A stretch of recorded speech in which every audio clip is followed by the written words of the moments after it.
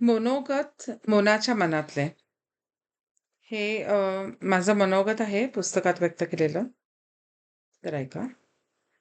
पुस्तक लिहावं की लिहू नये अशा द्विधा मनस्थितीत असताना प्रतापगडावरील भवानी मातेचं घडलेलं दर्शन आणि शिवाजी महाराजांच्या पराक्रमाचा देदीप्यमान इतिहास या सगळ्या वातावरणामध्ये मनाने प्रथमच हो असा कौल दिला.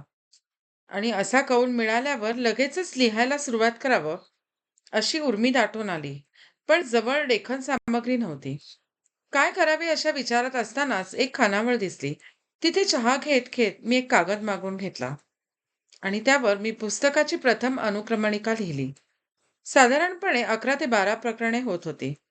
सत्याचा शोध घेणे आणि सत्य लोकांसमोर आणणे हा देखील पराक्रमाचा एक प्रकार आहे. हे भवानी मातेचं दर्शन घेताना आणि प्रतापगडावरील वातावरण अनुभवताना स्पष्ट झालं.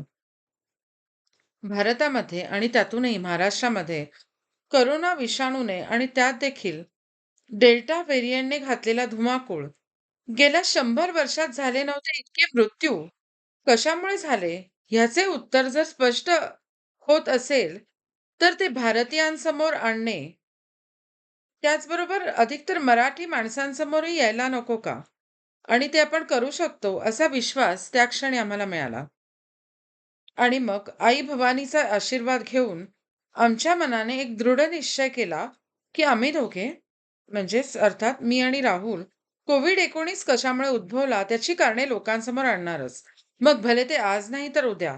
योग्य वेळ मिळेल तसे हे शोधत असलेले सत्य समोर येत असताना हे पुस्तक स्वरूपात प्रकाशित करायचे. असा दृढ दृढ निश्चय मनाशी केल्यावर बरं वाटलं. COVID-19 महामारीने आपलं जग इकडचे तिकडे झाले. घरटी जवळपास एक तरी माणूस दगावले.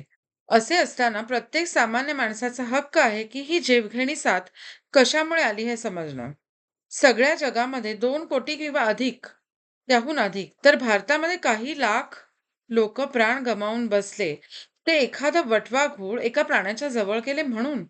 आता 2024च्या शेवटी सर्व पुरावे पाहता तसे झाले असण्याची शक्यता अत्यंत कमी असून प्रयोगशाळेमध्ये प्रयोग करताना शास्त्रज्ञ चुकले असावे म्हणून COVID-19चा विषाणू जन्माला आला अशी शक्यताच आता जवळजवळ निश्चित होत चालली आहे.